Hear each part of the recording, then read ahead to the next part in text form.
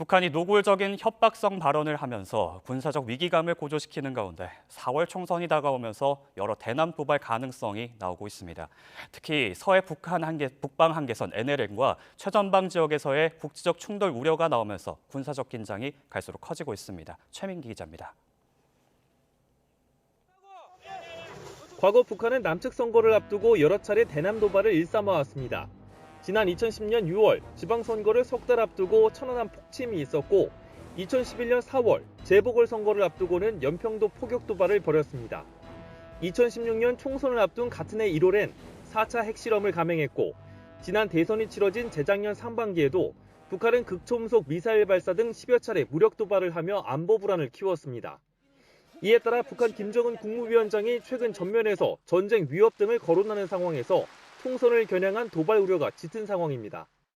총선 전에 군사적 도발을 감행함으로 인해서 한국 사회 내 대북 적대의 정책의 전환을 촉구하는 여론을 만들려고 하는 그런 의도가 숨어 있다고 볼 수 있습니다. 이 가운데 우발적 충돌 가능성이 크게 제기되는 곳은 서해 북방 한계선 NLL 지역입니다. 서해는 북한이 새해 들어 가장 먼저 완충구역 내 해안포 사격을 재개하기도 했고 과거 연평해전 등 국지적 충돌이 잦은 한반도의 화약고 같은 곳이기 때문입니다. 특히 김정은 위원장이 북방 한계선을 콕 집어 인정하지 않겠다고 한 만큼 어떤 형태로든 도발을 벌일 가능성이 있습니다. 불법 무법의 북방 한계선을 비롯한 그 어떤 경계선도 허용될 수 없으며 대한민국이 우리의 영토 영공영해를 0.001mm라도 침범한다면 그것은 곧 전쟁 도발로 간주될 것입니다.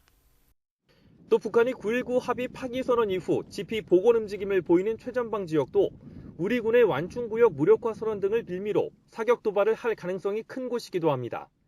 접경 지역의 우발적 충돌 우려가 커지고 있지만 이른바 핑크폰으로 불리는 유엔사의 대북 직통 전화를 제외하고 남북 간 군 통신선은 모두 끊긴 상태입니다.